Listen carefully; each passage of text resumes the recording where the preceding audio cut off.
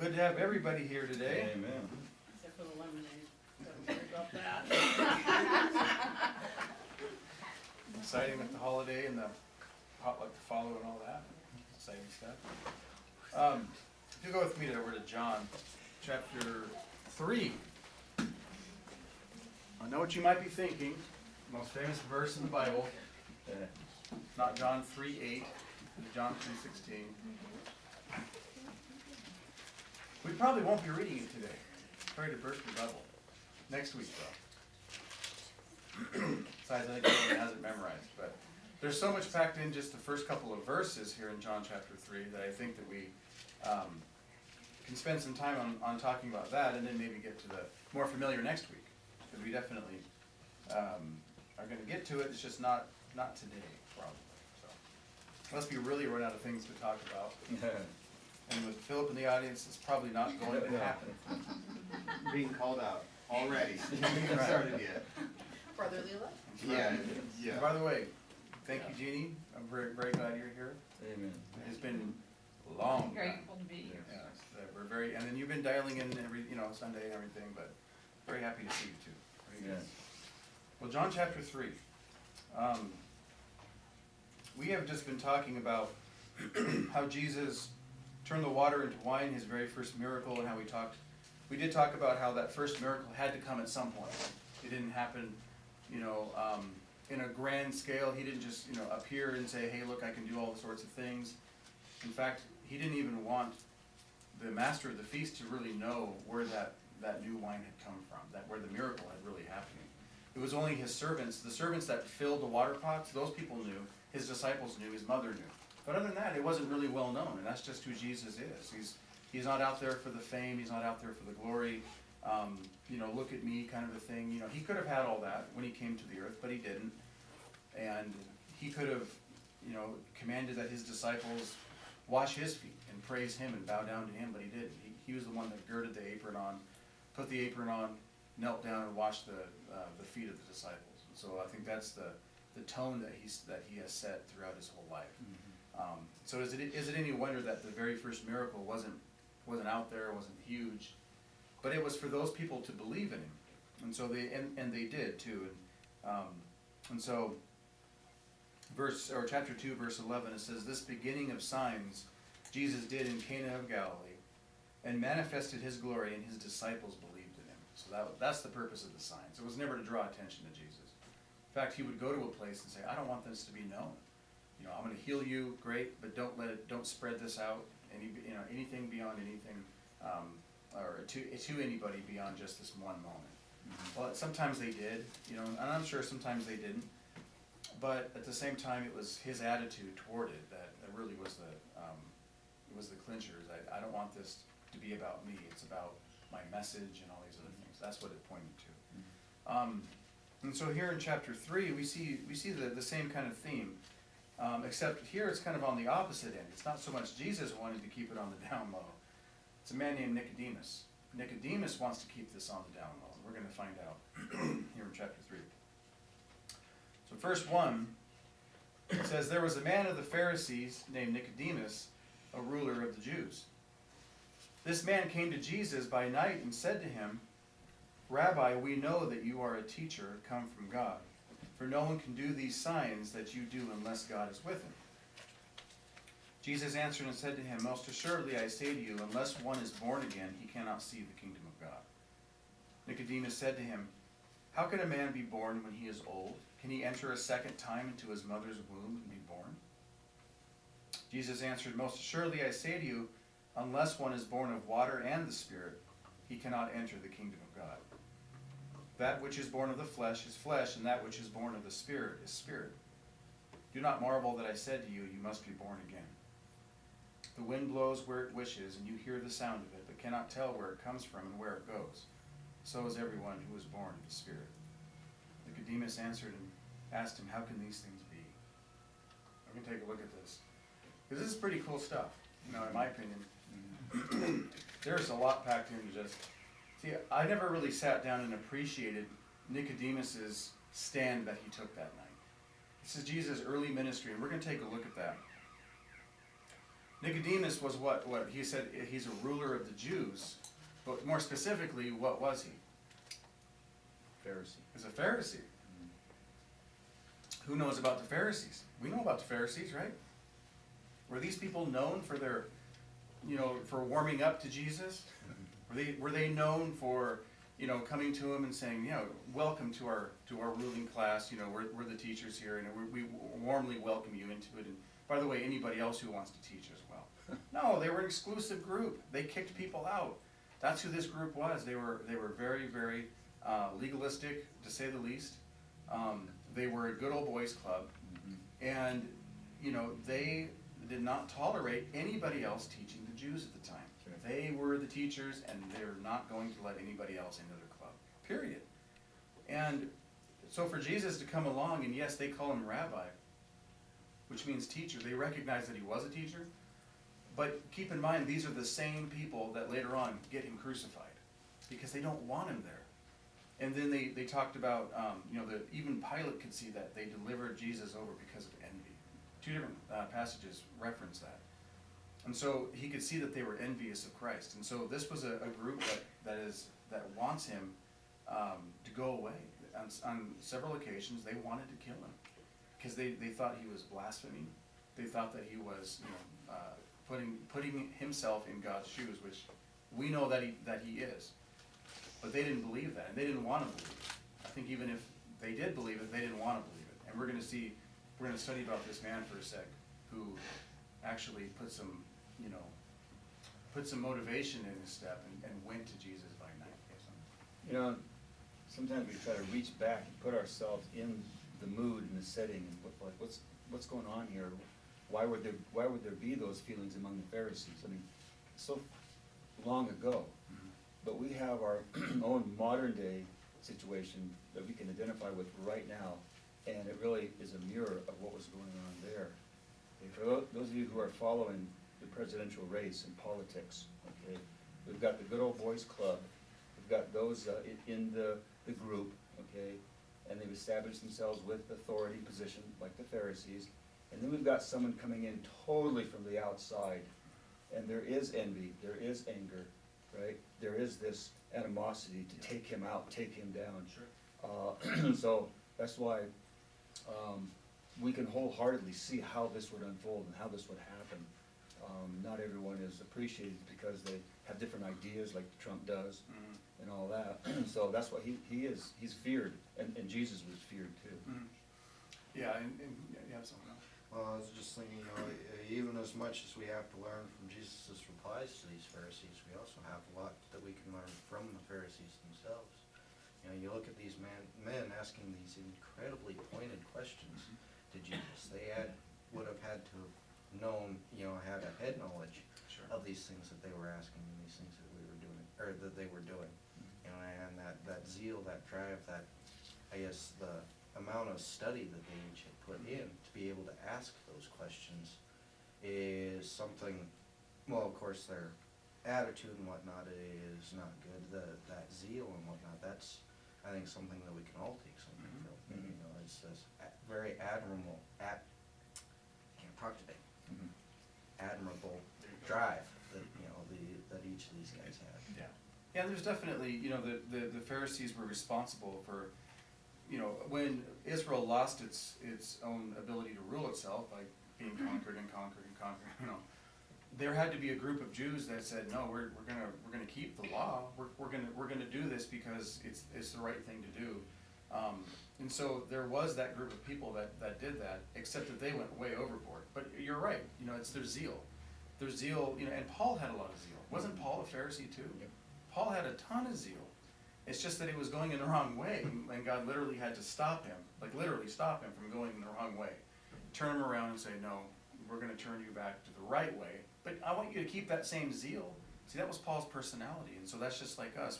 When he calls us into the body, when he calls us to be a child of God, he doesn't say, now just be a robot. He says, take your personality, take everything you are, and use it for me.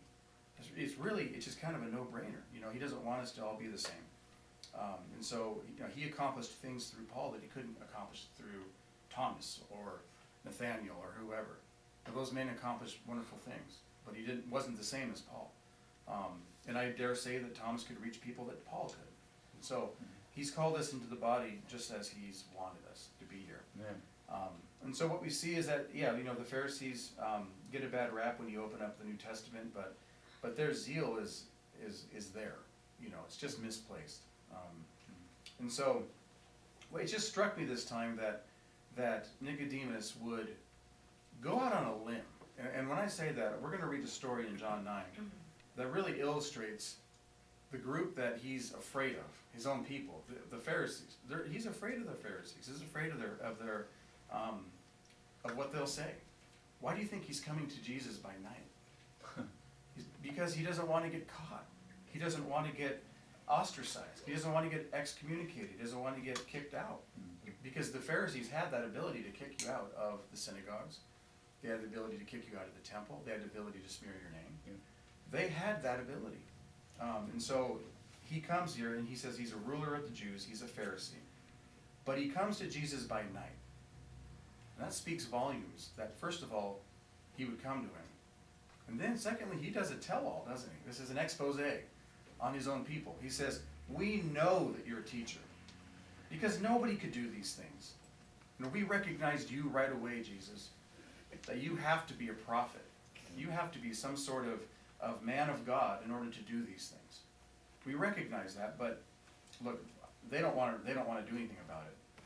But what's Nicodemus doing? He's coming to him by night and he's asking these questions. So Jesus right away recognizes that, sees that Nicodemus wants to take it a step further, and he starts opening it up. He doesn't say, well, thank you for coming to me. Those Pharisees, I knew there was a one good out of all the rest, out of all of you. No. Because what does it say here in chapter 2, the very end of it? He says, verse 24 says, but Jesus did not commit himself to them because he knew all men. He already knew the Pharisees were like that.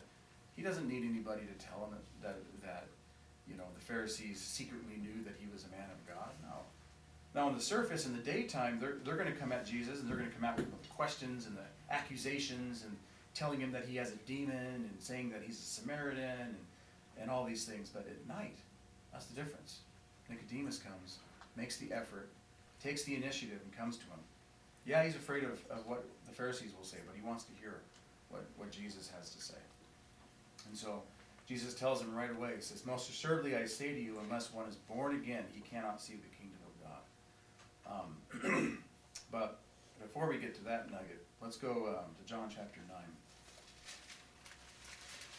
In John 9, we get a very clear picture of how the Pharisees operated. I just love the window, because sometimes, and we know people well enough. Here's a clue, people haven't changed. So what we can read kind of between the lines and what's being said or what's not being said, it's the same people we know about today. It's the same kinds of attitudes that we see today. And so we can kind of get that well-rounded picture, even just from this one chapter of how they operated. So they were the teachers of the law, and everybody knew that. This is why they were so offended that anyone else would dare to step into that place. So John chapter 9. So here's Jesus in Jerusalem. He's in the temple. Now as Jesus passed by, he's actually leaving the temple in verse 59, right above that. They wanted to stone him. They wanted to kill him. It says they wanted to throw stones at him, but Jesus hid himself and went out of the temple, going through the midst of them, and so passed by. You think Jesus could have said, man, that was close. I almost got killed today. No, he didn't do that. As he's walking by, he sees this man who's blind. He stopped, and he wants to help him. That's Jesus. That's who he was. And so he says, and his disciples, and he says, as Jesus passed by, he saw a man who was blind from birth. And his disciples asked him, saying, Rabbi, who sinned, this man or his parents, that he was born blind? Sometimes we think we got people figured out. It's a trap we all fall into. I got them all figured out. I know that this person sinned or their parents sinned, and that's why they're in the situation that they're in. Right? What's he say? Jesus answered, neither this man nor his parents sinned, but that the works of God should be revealed in him. He has been blind from birth because of this moment right now. It says, I must work the works of him who sent me while it is day. The night is coming when no one can work. As long as I'm in the world, I am the light of the world. And when he had said these things, he spat on the ground and made clay with the saliva. Then he anointed the eyes of the blind man with the clay. Now see, that blind man, he's sitting there. Why is he sitting outside of the temple? Why isn't he on some road somewhere or sitting in his house or whatever? No, he's begging. That's people come out of the temple with money. They throw money at him, then he uses that, and then probably pay someone to go get him food and come back, and because he's blind, he can't. There isn't the accommodations that we have today in America. So that's what he had to do, and so that's why he's sitting outside. And so undoubtedly he's heard of Jesus, but he's letting this man just do these things. Kind of odd to spit into the ground, make clay, and then anoint your eyes. I mean that's an odd thing to do, but he's letting Christ do this. Verse 7 it says, and he said to him, go wash in the pool of Siloam, which is translated sent. So he went and washed and came back seeing. Undoubtedly he had to have people help him over there, probably help him go anywhere. So he went and washed and he came back seeing. So Jesus could have snapped his fingers, he could have just made him see. He had that ability, but at the same time he wants people to take that little faith step, doesn't he? He wants them to say, okay, I've let you do this, I've let you work with me, so you've worked with me so far. Now I'm going to take my leap of faith. I let you do the work, now I'm going to take my step of faith and go and wash and believe that I'll see God. And so he said to him, go wash in the pool of Siloam. So then he came back seeing. Verse 8 says, therefore the neighbors and those who previously had seen that he was blind said, is this not he who sat and begged? They're putting things together like, wait a minute, how can he see now, right? Some said, this is he. Others said, he is like him. Others said, and he said, I am he. Maybe he heard him talking. You got you guys waffling about this. I'm that guy that was just sitting there. Because they couldn't believe it. He could now all of a sudden see. Verse 10 says, therefore they said to him, how were your eyes opened? He answered and said, a man called Jesus made clay and anointed my eyes and said to me, go to the pool of Siloam and wash. So I went and washed, and I received sight. Then they said to him, where is he? He said, I don't know. He left. I went off to wash, and Jesus went away, and I don't know where he is. Well, then the Pharisees get involved. This is why we're studying this. Why did Nicodemus fear his people? It's because of the rest of chapter 9. We're going to see.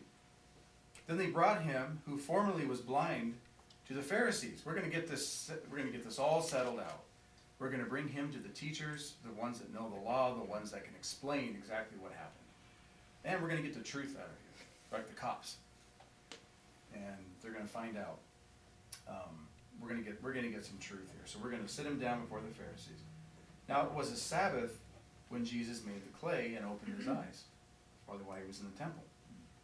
Then the Pharisees also asked him again, and how he had received his sight. He said to them, he put clay in my eyes, and I washed, and I see. He didn't change the story. This is the same story that he told. Why? Because it's the truth. It's not going to lie about it. Therefore some of the Pharisees said, this man is not from God, because he does not keep the Sabbath. They got that one nailed down, don't they?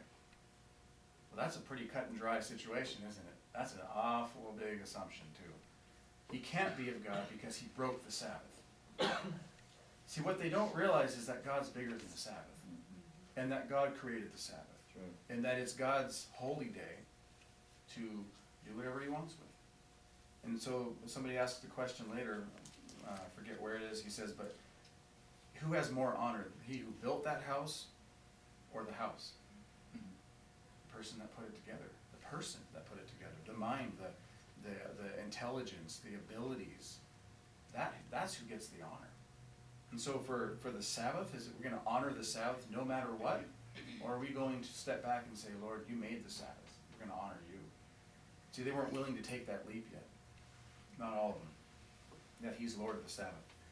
And so, well, he can't possibly be a man of God because he doesn't keep the Sabbath. And others said, well, how can a man who is a sinner do such things? See, there's a contention.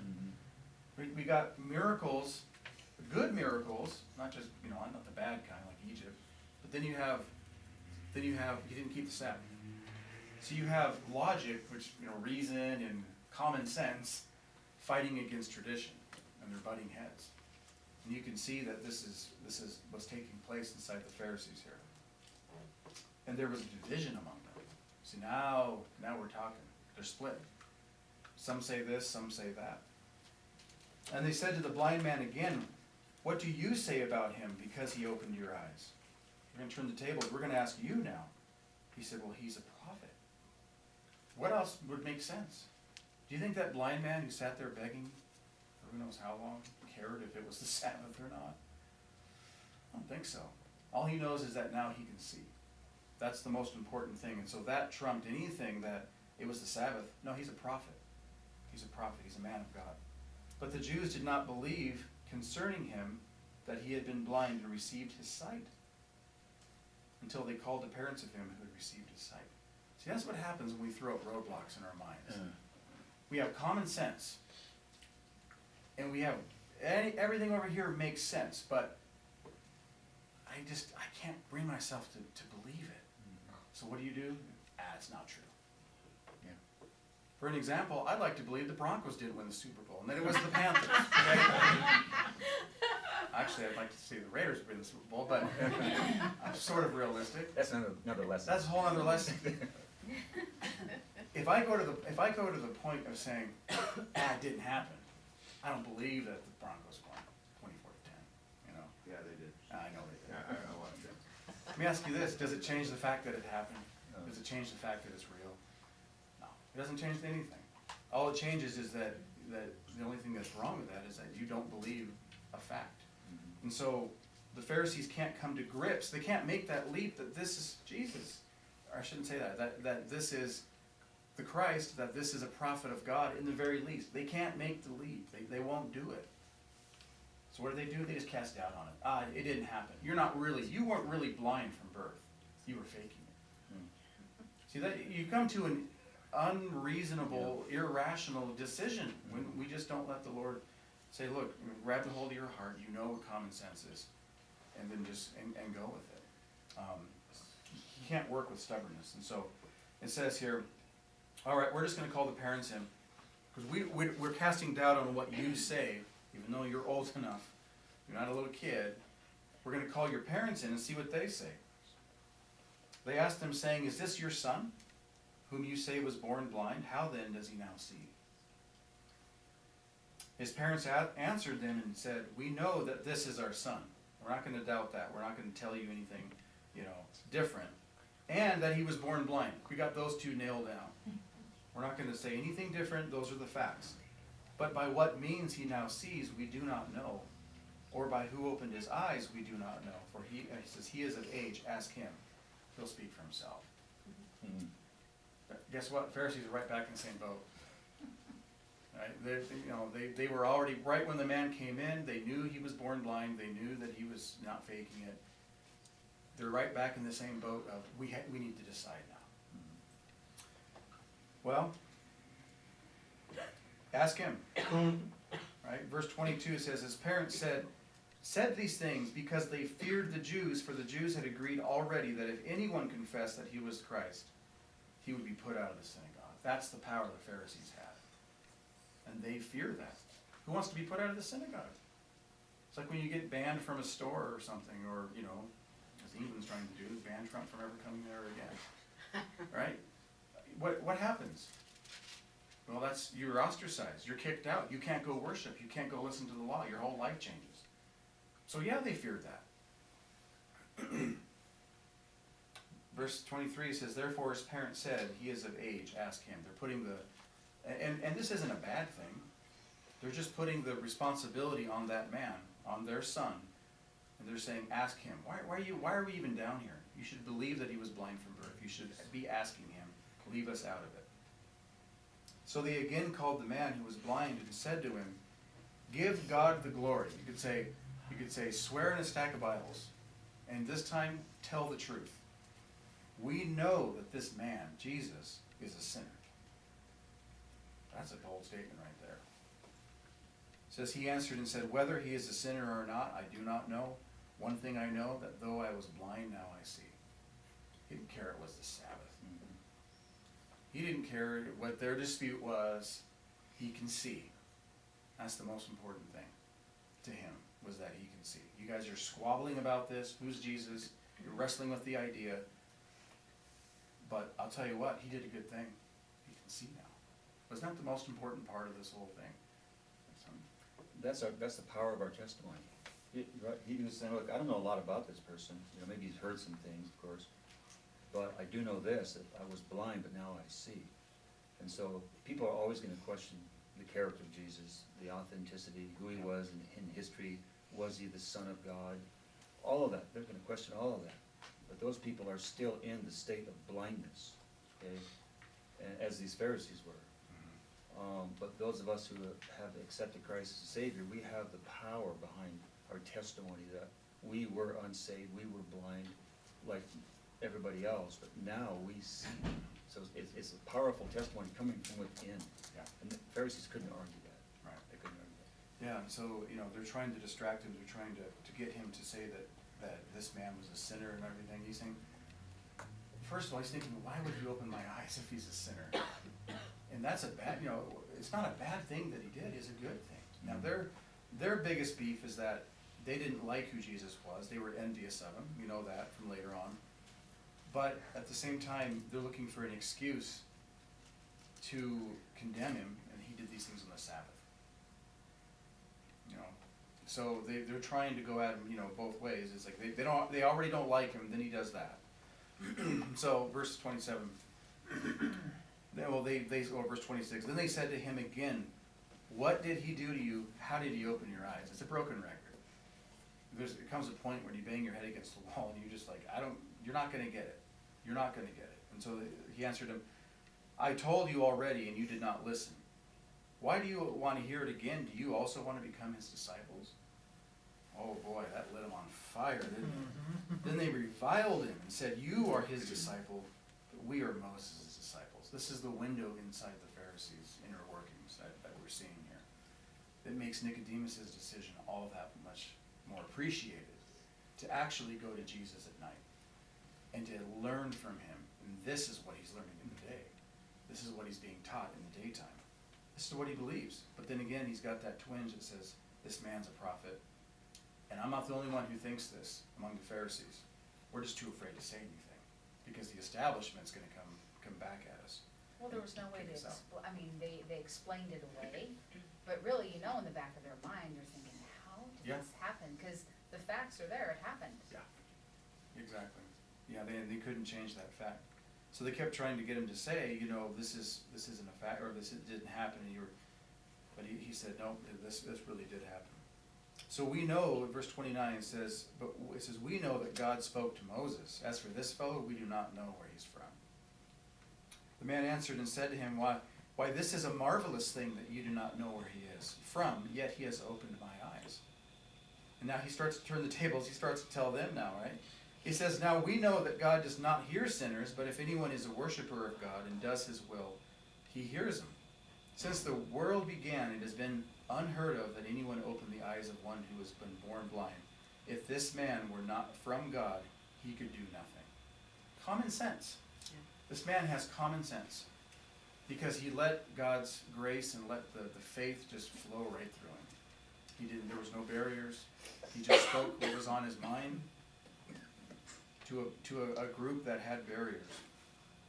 Verse 34, they answered and said to him, you were completely born in sins and you are teaching us? And they cast him out. That's what they really thought of him. You're born in sins. You're like this because you're a sinner. What did Jesus just tell his disciples? They said, who sinned that he was like this? Nobody. He didn't sin. His parents didn't sin. That's their conclusion, was that they had them all figured out, and they said, you were completely born in sins. And the difference is between born in sins and completely born. It says, and you're teaching us, and they cast him out. There was that one final card they could play. They cast him out, and they got rid of him. Now he's excommunicated. He's kicked out of the synagogue. What his parents feared would happen to them happened to their son. Now he's somebody's trash. He's the Pharisees' leftover, used up, you're worthless, you're nothing, trash. What does Jesus say here? Verse 35. Jesus heard that they had cast him out, and when he had found him, he said to them, do you believe in the Son of God? See, Christ is going up to him. He's like, oh, he's excommunicated. Not going to ever talk to him again. Verse 36, he answered and said, yeah, I want to know who it is. Who is he, Lord, that I may believe in him? And Jesus said to him, you have both seen him, and it is he who is talking with you. And he said, Lord, I believe, and he worshipped him. If only it was that easy for the Pharisees. Then you take down their barriers, take down your guard, and let your heart just exclaim, Lord, I believe. And he worshipped him. And Jesus said, for judgment I have come into this world, that those who do not see may see, and that those who see may be made blind. Completely opposite. If you think you see, that's when you're blind. And when you are blind and you let the Lord work with you, and you don't just shut him off like the Pharisees did, that's when Christ can open up your eyes, and that's when you truly see. So just to finish, it says, then some of the Pharisees who were with him heard these words and said to him, are we blind also? Jesus said to them, if you were blind, you would have no sin. But now you say, we see, therefore your sin remains. So he's dealing with an open heart or a closed off heart. Pharisees closed off their ears, they closed off their hearts. But this man in this moment opened his heart and let the Lord, work through him. I was just gonna say, this is a beautiful picture. Like you said, he became the trash, okay? Jesus purposely, I think Jesus purposely went and saw him. Remember how you said, he goes, he sees, and Jesus is gone, okay? But I think Jesus made a point to go back to him, because now he'd heard he was cast out. I think that's the ministry of a New Testament church in a nutshell, okay? People who've had a bad experience with established religion, right, which is what this was, okay, the established religion of the day. They trashed him, okay, so he's on the outs. He's had a bad experience, he could get bitter, okay?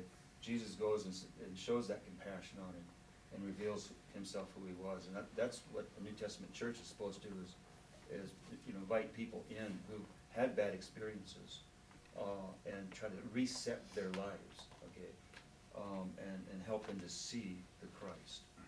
So that's a perfect Yeah. example. And you're right, the timing of that was perfect. Yes. Yeah. Because had he stayed with them, there would have been a fight, and because the Pharisees would, he gave it time to let everything happen the way that it was going to happen. Mm-hmm. And that is for the Pharisees to deal with him the way the Pharisees were going to deal with him. And then for him to deal with him the way that he was going to deal with him. Do you think that man turned into a disciple that day? Absolutely. The miracle got it kicked off, and then the fact that Christ went over there and rescued him, as it were, and still just talked to him.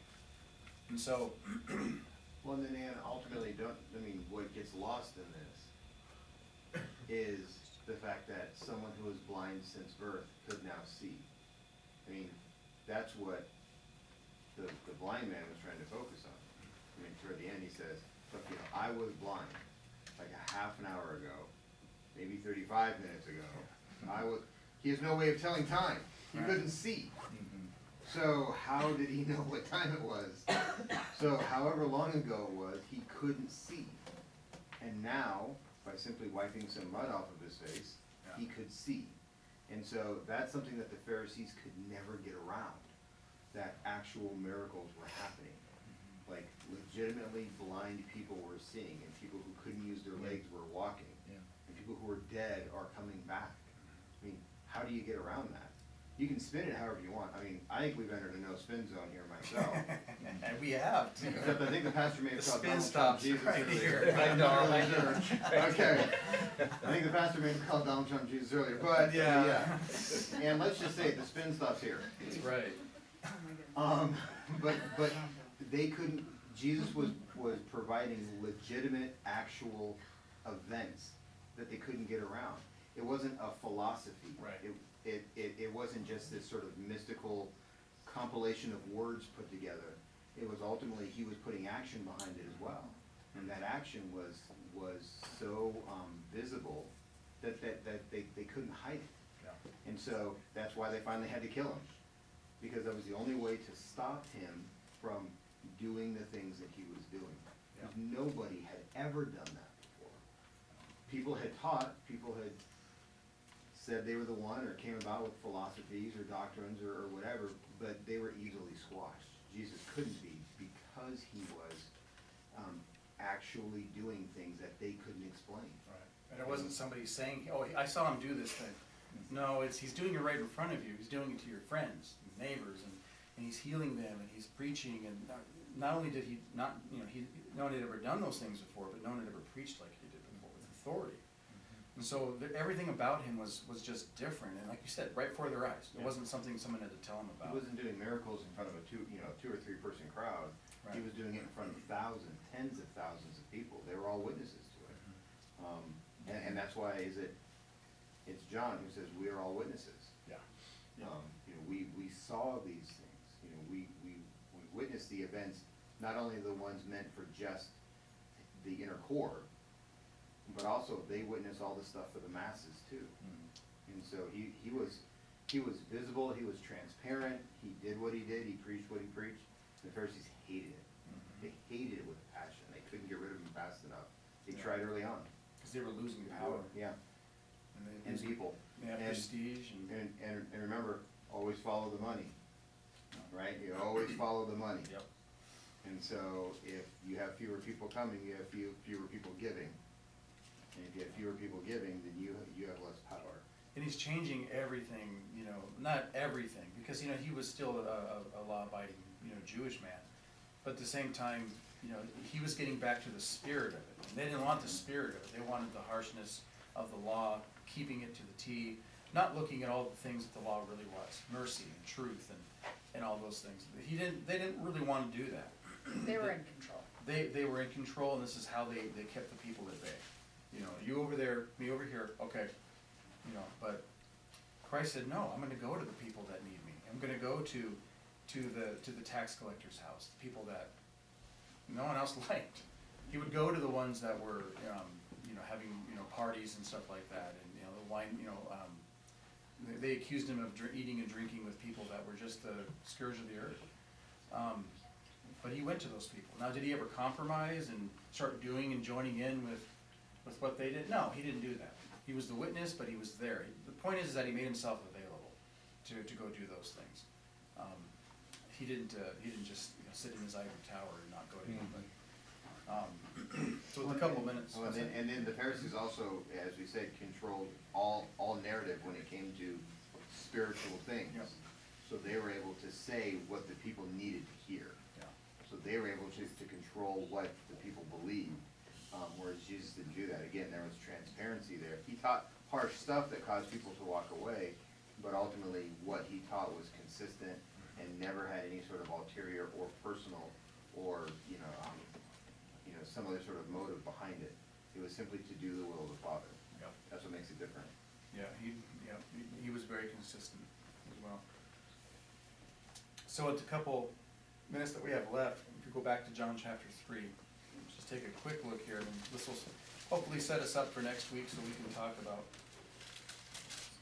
the rest of the sermon that Jesus gives him. We've established now that Nicodemus, coming from that attitude of the Pharisees, coming from that way of thinking, that to me has just really opened up the fact that he went to Jesus at all. And he did it by night and all those things. But just the fact that he had the courage to go to Jesus and learn from him when he was supposed to be, Jesus is going to tell him that in a second. You're supposed to be a teacher of the law. Why are you struggling with these things? It's not like I'm talking to somebody who doesn't know, shouldn't know these things. He says, you're a teacher of the law, you don't know these things? So he says here, verse 3, so Jesus knows that Nicodemus wants more. He knows that he has called him a teacher, calls him rabbi, you're a teacher. We know that you're from God. Jesus now, he doesn't waste time saying anything else. He goes right into it. Jesus answered and said to him, most assuredly I say to you, unless one is born again, he cannot see the kingdom of God. What in the world does that mean? Born again. So if we wrap our minds around the literal, which is what Nicodemus did, you're gonna come up with a whole crazy slew of, what in the world are you talking about? Can you answer that? That's what he asked. He says, Nicodemus said to him, how can a man be born when he is old? Can he enter a second time to his mother's womb and be born? Now, whether or not that was a legitimate question, or was he just trying to make a point, I don't know. Not sure. But either way, Christ is thinking spiritually, Nicodemus is thinking literally. And those two, he's going to tell him, they don't mix. But he asks him, and this is a beautiful, this only Jesus could have done this. He asks him a question. Let's just go straight to verse 7. Well, verse 6 says, that which is born of the flesh, talking about being born, that which is born of the flesh is flesh. That which is born of the spirit is spirit. He's saying, don't try to mix what I'm saying here. Keep it separate. I'm talking about being born again. I'm not talking about the first time as a baby. I'm talking about spiritual things. He says, flesh stays flesh. Spirit stays spirit. He's saying, I'm not trying to mix the two and all that. He says, you want an example of what I'm talking about. Verse 7, it says, do not be surprised. Don't marvel that I said to you, you must be born again. Don't let that just, come and just do a nuke in your mind, He says, the wind blows where it wishes, and you hear the sound of it, but cannot tell where it comes from and where it goes. So is everyone who is born of the Spirit. He's saying, if you want to be literal, then tell me where the wind comes from. Can you see it? Can any of us see the wind? Can we see its effect on something? That's a beautiful picture, isn't it? It's a beautiful example. That's the perfect example that he gave. He's saying, just because you can't see somebody who's that act in that person's life of being born again, doesn't mean it's not real. Right. You can't see the wind, but you can see its effect. See, that tells me two things. It tells me that he's trying to get Nicodemus to stop thinking so literal. Think spiritually for a second, Nicodemus. And not only that, but the wind has an effect. You can't see it, but it has an effect. So for me, that means that when we're born again, we accept Christ as our Savior, and he enters into our heart, that should have an effect on how we live our life, just as the wind has an effect on nature. And so we see that he gives us the perfect example, and Nicodemus' head is still spinning. Verse 9 says, Nicodemus answered and said to him, how can these things be? He's just not getting it. And this is when Jesus goes into this mini sermon that people have pulled out and said this is the most famous set of verses in the entire Bible. Now, you're just going to have to come back next week. That's a tease, that's a tease. That's a tease.